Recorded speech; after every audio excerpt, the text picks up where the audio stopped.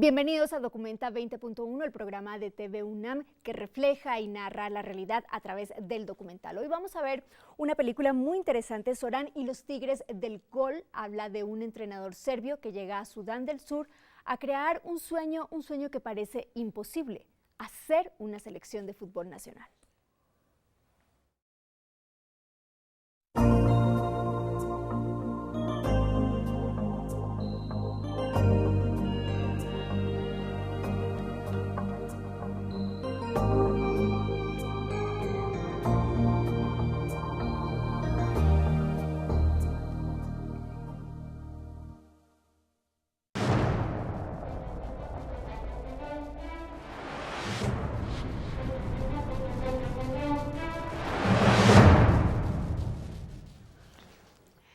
Maravilloso este documental que acabamos de ver, Zoran y los Tigres del Gol. Para hablar sobre este trabajo, esta película, nos acompaña el día de hoy el profesor Ariel González, él es preparador físico de fútbol. ¿Cómo está, profesor? Muy bien, gracias por la invitación. Gracias por estar con nosotros. Y también está Beatriz Pereira, ella es licenciada en comunicación, tiene una maestría en periodismo del CIDE, una de las grandes y buenas periodistas de investigación en temas deportivos. Beatriz, ¿cómo estás?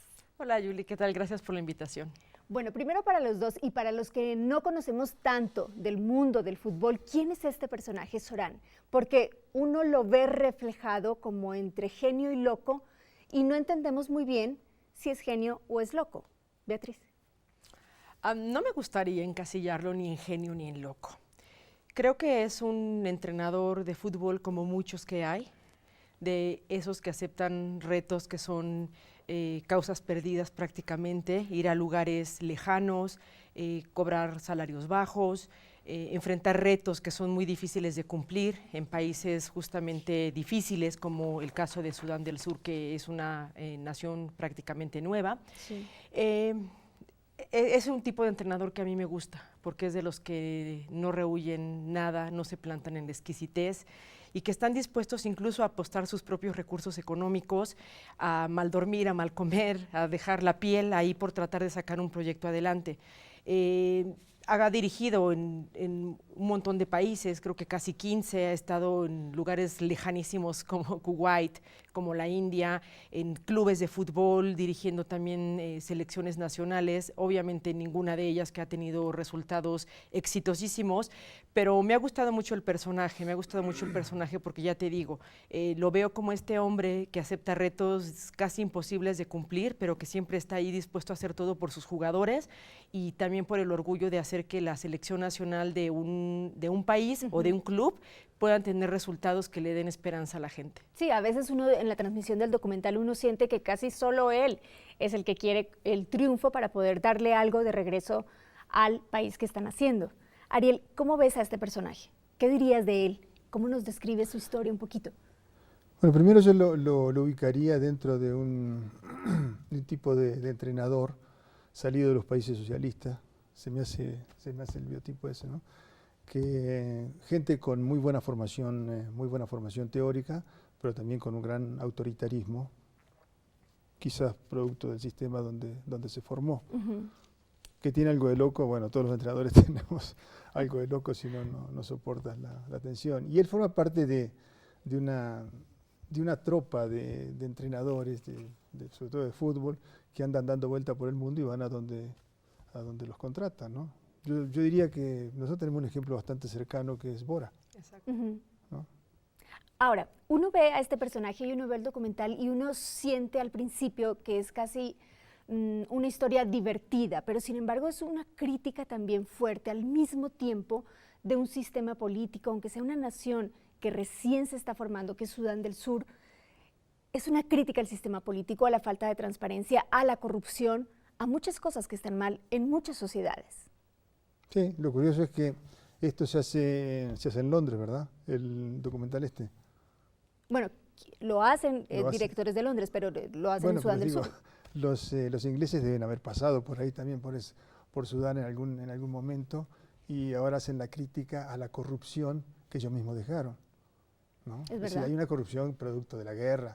Imagínate que los señores de la guerra, los que antes eran los capitanes, los generales, ahora son los burócratas que están sentados en los sillones de mando y quieren un poco de paz ellos, ¿no? Por eso cuando viene el loco este y les pide cosas, es decir, hay poco dinero y le pide cosas costosas, ellos dicen, no, parate un poquito, yo quiero disfrutar de la paz esta que estoy viviendo ahora, el dinero lo tengo que usar de otra forma. Beatriz.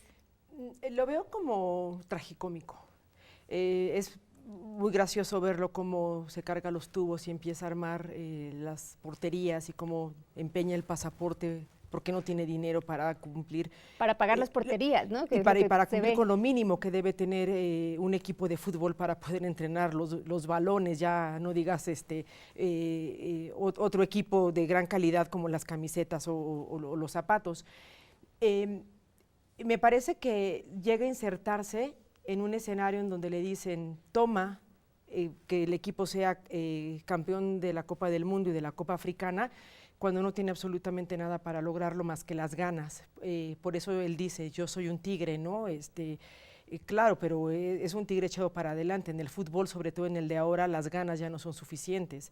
Ya hablamos del fútbol tan profesionalizado, tan comercializado, con tantas marcas detrás, que el fútbol no solamente es un generador de dinero, sino que requiere también de dinero y de grandes inversiones para que las selecciones nacionales o los equipos representativos de los países puedan competir. Ya las ganas quedaron hace muchos años. Me gusta el personaje porque sí, porque les planta la cara y les dice a los gobernantes, pero tú me estás pidiendo que yo te dé lo mejor y tú no me das ni lo mínimo. Me gusta también esta parte donde plantean a Sudán como un país en el caos, como un país sin orden, sin un Estado atrás, como los ciudadanos no tienen ni lo más mínimo necesario, pero ya tienen fútbol, no tienen comida y no tienen a lo mejor una buena casa o acceso a la educación o al agua potable, pero sí tienen un equipo que lleva por el mundo representando. Saltan un poco el nacionalismo también, eso también hace el fútbol. Pero perdóname que te interrumpa, Beatriz, justamente sobre esto que estás diciendo quisiera que comentáramos un poco, porque efectivamente Sudán termina de formarse como nación en el Sudán del Sur en el 2011.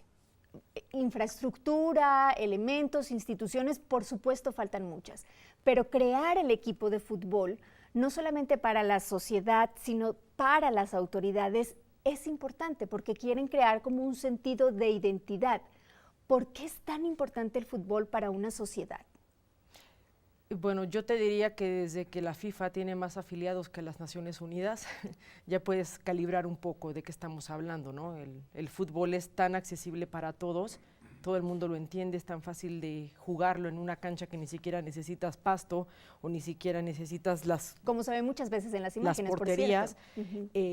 Pues sí, el equipo no tiene estructura, perdón, el país no tiene estructura, el Estado no tiene organización. Y eso también se retrata ahí, lo tratan de hacer a través del fútbol, pero se ve que es una misión imposible. Caray, es que lo que hizo este hombre al llegar ahí es echarse el país a cuestas. La gente lo quiere, lo reconocen, porque claro, si el equipo es capaz de ganarle a Uganda o de empatar a 2-2 en el primer partido internacional, si la FIFA ya te reconoce como uno de sus afiliados, eso es importante, eso te da identidad, te da nacionalismo, poder llevar tu bandera, poder salir a competir, eso es importantísimo para todos los habitantes de un país. Ya te decía yo, ¿no? ¿Qué importa que no tengas agua limpia? ¿O qué importa que este chico que quiere irse a jugar a Toronto no tenga dinero, su familia, que vive en las peores condiciones? O sea, si él es capaz de meter un gol o de conseguir un triunfo que haga feliz, que la gente brinque y aplauda y todo, aunque después ya vean si tienen el estómago vacío, no importa, el fútbol es tan increíble que es capaz de generar eso. Justamente este joven del que estás hablando, que se va a Canadá, dice en un momento dado, nosotros simplemente somos futbolistas, pero como futbolistas podríamos traer un momento de paz para nuestra sociedad, para nuestra nación. Y ahí es donde uno medio va entendiendo la importancia de este deporte en particular, Ariel, para las sociedades. Sí, lo que pasa es que a mí me parece que una sociedad que está destruida, porque después de 50 años de guerra y no sé cuántos años de guerra interna con Sudán del Norte, el deporte habría que plantearlo desde otro punto de vista. Es decir, hay diferentes formas de deporte en la sociedad, ¿no? Entonces tenemos un deporte salutario, un deporte de fitness, un deporte de rendimiento, un deporte de alto rendimiento. Que tú empieces por la cabeza me parece incorrecto, pero empezar por la cabeza es lo que te da imagen a nivel internacional. Y tú prendes la televisión ahora y de 20 horas de televisión, 18 son de fútbol. Entonces Sudán comienza a aparecer en el ámbito internacional, se comienza a nombrar a Sudán, ¿no? Como, me parece que esa es la idea de la gente esta, porque realmente el deporte de alto rendimiento es muy exigente, muy complejo, necesitas una infraestructura no solamente a nivel de cancha, sino también a nivel científico, pues si no, no funciona esto.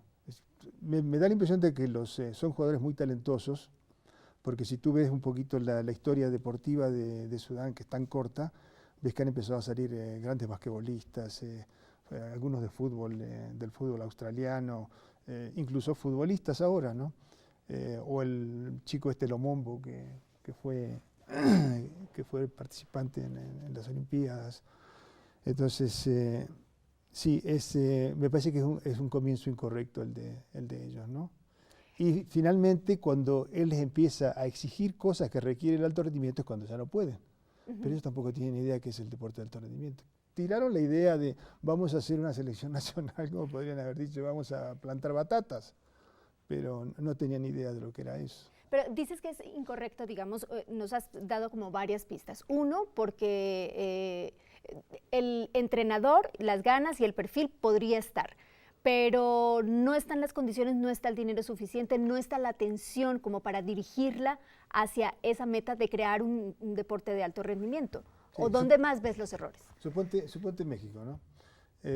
Tú hablas de selección nacional y te puedes ir al CAR, una instalación fastuosa, muy, digamos, de primera línea en el mundo, con todos los adelantos a nivel de campos, de médico, bueno, todo lo que tú puedas exigirle al deporte de alto rendimiento, yo creo que lo tienes ahí. Ahora, eso es muy costoso. Hacer eso en un Sudán destruido por tantos años de guerra es prácticamente imposible. Y que vuelve además a entrar en una disputa civil después por el petróleo, una vez que ya está independizado. ¿No? Bueno, empezaron las tribus ahí a tirarse entre ellos. Pero bueno, yo creo que estos deportistas surgen cuando se pueden salir del país. Es muy difícil desarrollar deportistas de alto rendimiento en Sudán, a menos que sea un corredor como este chico que le estoy nombrando, Lomombo, que bueno, creció, es de los chicos secuestrados. Entonces él lo llevan a un campamento y le daban una vez por día comida. Entonces, y él tenía que, dice, yo empecé a correr 40 kilómetros para hacer algo, pero corría 40 kilómetros. Imagínate, después de 10 años de estar en un campamento, 10 años no le vamos a poner 40 kilómetros, pero ponle 20. Sí. Los miles de kilómetros que hizo el chico solamente para poder sobrevivir. Sobrevivir, exactamente. Vamos a seguir platicando sobre eso. Vamos a hablar también, Beatriz, de las instituciones y de la importancia que tiene también la transparencia en el deporte, en el fútbol, no solamente en Sudán del Sur, sino también en México y en todos los países. Vamos a una pausa y volvemos. Continuamos, estamos platicando sobre este documental Során, este entrenador de fútbol que trata de crear un equipo de fútbol en Sudán del Sur. Beatriz, durante los Juegos Olímpicos, los últimos, tú fuiste muy reiterativa en señalar que mientras que no existan gobiernos transparentes, autoridades que puedan entregar buenas cuentas, los resultados en el deporte siempre van a ser mínimos, pequeños, porque van a ser esfuerzos personales y no colectivos. ¿Un poco es lo que vimos en este documental? Sí, el caso del entrenador serbio que llega a insertarse a un país que prácticamente le es desconocido, sí tiene que ver con eso. Es decir, si no hay una estructura a partir de la cual se pueda comenzar a construir, pues los éxitos no pueden llegar. Es decir, cuando este hombre dice, ¿y dónde están los jugadores? O que quieres una selección nacional, ¿y dónde están los jugadores? No es como decía el profesor, si no tienes una base de sub-17 o de sub-15, muchachos que tú buscaste, encontraste y los empezaste a desarrollar para que en algún momento de su máximo desarrollo de rendimiento deportivo puedan ser los seleccionados nacionales, pues no los puedes sacar de la nada. Es decir, claro, encontrar un jugador que digas que nunca hizo un proceso como tipo Carlos Salcido es dificilísimo. Este hombre, bueno, se va, no encuentra ni un mapa para manejar él solo y empieza no sabe ni cómo irse, lo recogen en moto la gente que va pasando por ahí. Entonces, cuando empieza y sale a lo que se le puede llamar el país, a buscar muchachos, pues se encuentra lo que hay, los llaneros, vaya, que los llamaríamos así acá, ¿no? El que le pega al balón, el que, bueno, le pega por instinto, porque imita lo que ve, no sé, que quizá en la televisión o a otros que juegan mejor que él, y ya. Pero la verdad es que no tienen formación. Hay una parte donde ellos están haciendo lo que parece preparación física, ¿no? Que la verdad es un poco de risa, porque no es así. Ya decíamos hace rato, ¿no? La ciencia está ahora atrás de los deportistas. Los deportistas se construyen casi en laboratorios, con cuestiones que tienen que ver con la biomecánica, con la fisiología, la neurofisiología. Y entonces pretender que un equipo así de la nada, con las ganas de haberlos encontrado por ahí esparcidos, logren hacer un equipo representativo, vaya, es que haber empatado a 2 con Uganda me parece un resultado increíble. Claro. Y después cuando sales y vas a competir, pero además están en un torneo regional, ya no digas tú están enfrentando a los equipos más poderosos de África, ahí a los vecinitos, que tampoco son tan poderosos, y les va re mal, y entonces ahí se enfrentan a su realidad, ahí es cuando se da cuenta, pues no solamente el entrenador, sino también las autoridades de, vaya, este hombre no va a venir a resolvernos nada acá, pero es que no es el entrenador, no es que sea un mal entrenador o sea un incompetente, es que si no le das las herramientas necesarias, si no entregas el dinero para que esto ocurra, pues es que no es magia. Y de hecho, al final, él mismo dice, pues las ganas estaban. A mí no me volvieron a abrir la puerta ni las autoridades del deporte, ni la gente que me había contratado, y lo vemos en el documental, él está tocando la puerta y nadie le abre. Y él dice, son ellos quienes se quedaron con el dinero que correspondía para este objetivo de crear la selección de fútbol. Y ellos no quisieron que ese dinero saliera. Por eso me parecía que era también al mismo tiempo un documental que critica la corrupción, pues de cualquier sociedad, porque al final uno no sabe, tendría que estar toda esa infraestructura y ese campo científico del que hablaba Beatriz primero y después crear el deporte, pero ¿o cómo? Ahí también tenemos que hablar de deporte a deporte, sí. ¿no? Si tú dices gimnasia olímpica, si no tienes instalaciones con toda la tecnología, no puedes hacer gimnasia. Si tú dices natación, si no tienes una alberca de 50 metros con las medidas adecuadas del tipo de agua, tampoco puedes hacer natación. Claro.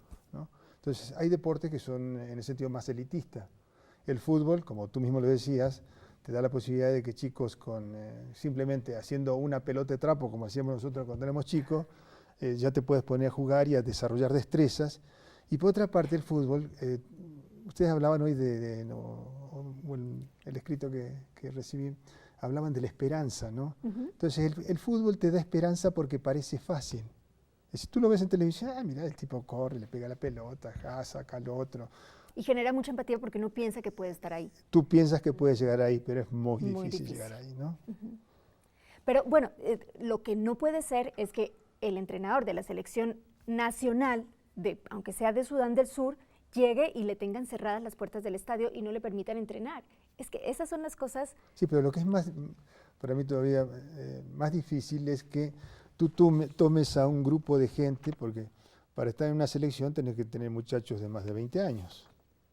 Entonces tomas gente de más de 20 años que no tiene ninguna formación técnica, física, táctica, y los metes a una selección y los pones a competir contra gente que han empezado a entrenar a lo mejor a los 6, 7 años.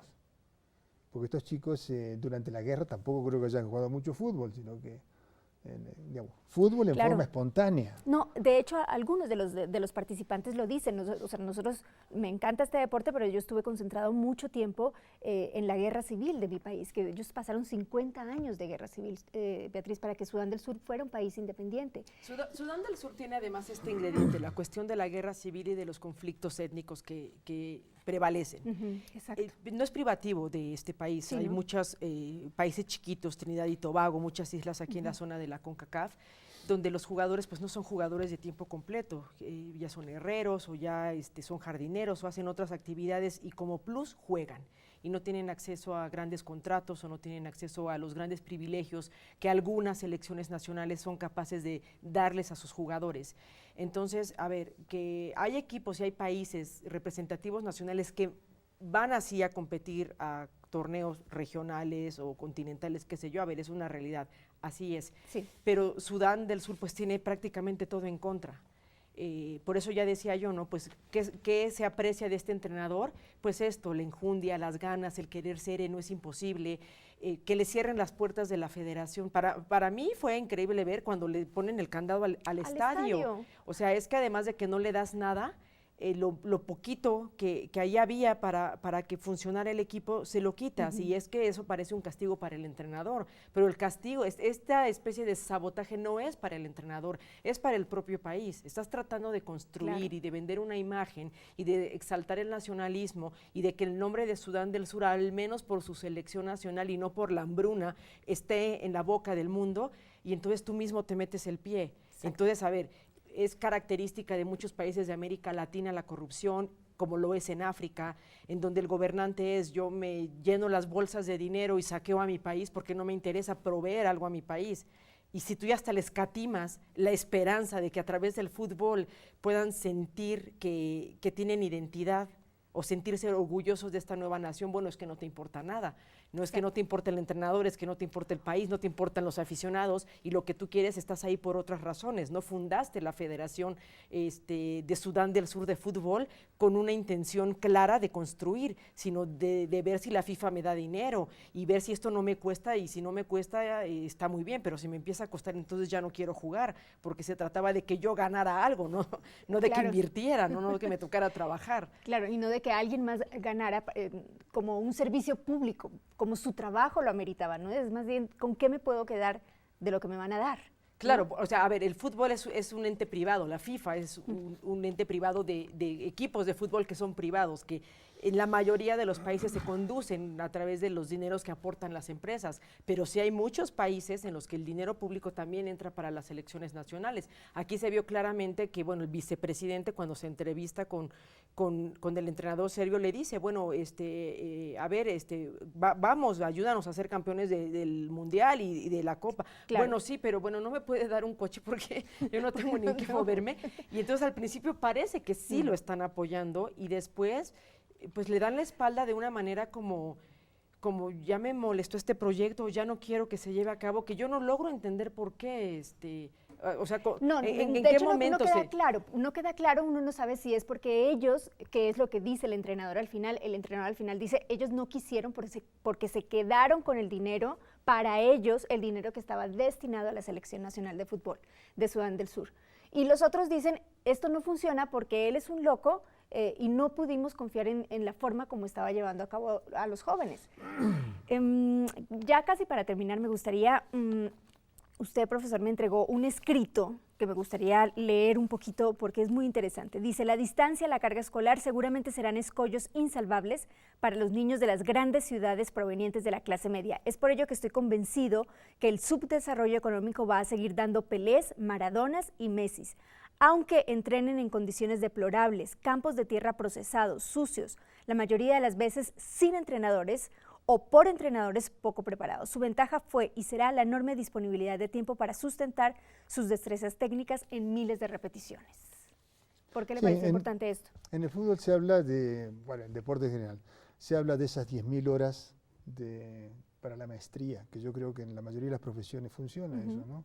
Le tienes que meter unas cuantas horas de estudio o de entrenamiento para lograr, digamos, un nivel superlativo. Entonces los chicos, alguna vez hice un cálculo de las horas de entrenamiento que puede tener un niño en una favela en Brasil, que no va a la escuela, por supuesto que no va a la escuela. Entonces está 3 a 4 horas diarias jugando con las chapitas de las botellas, con una pelotita de tenis, con la pelota de trapo. Se van a jugar al campo de la esquina, después se van a la noche van a otro lugar. Entonces van juntando una cantidad de horas de contacto con el balón que son imprescindibles para el desarrollo de un alto nivel técnico. En el desarrollo motriz se habla de ventanas críticas donde progresas más rápido que en otros, que está relacionado con el completamiento del sistema nervioso. Entonces, esto entre los 7 y los 8 años, por ejemplo, hay una ventana, entre los 11 y los 12 años hay otro momento así específico. Si nosotros dejamos pasar eso y los entrenamos en forma sistemática, como se hace ahora en muchos países, vamos a tener buenos jugadores, pero no vamos a tener los jugadores con la destreza que puede tener un Messi, ¿no? O muchos de los brasileños. A mí me encanta el fútbol brasilero. Entonces, eso se hace con horas de entrenamiento. Si no tenemos horas de entrenamiento, vamos a encontrar jugadores que sí, que son competitivos, pero no tienen la magia que tienen estos, ¿no? Porque esa magia se hace con muchas horas. Beatriz, nos quedan 30 segundos, una conclusión sobre lo que hemos estado platicando este día. Pues el fútbol como un factor de cohesión interno de los países, externo a nivel mundial, el deporte en general, los Juegos Olímpicos, eso hacen, unifican naciones, las naciones quieren presentar sus mejores caras, por eso Rusia ahora será sede del Mundial. Vladimir Putin nos quiere persuadir y convencer de que Rusia es un país moderno, competitivo, una economía poderosa. Eso también presentan las naciones a través del fútbol y de los deportes. Sí, también sirve para vislumbrar política a través del fútbol. Muchísimas gracias por estar aquí con nosotros este día, profesor Ariel González. Gracias por acompañarnos. Y Beatriz Pereira, periodista, muchas gracias. Gracias, Yuli. Gracias a ustedes por acompañarnos. Nos vemos. Adiós.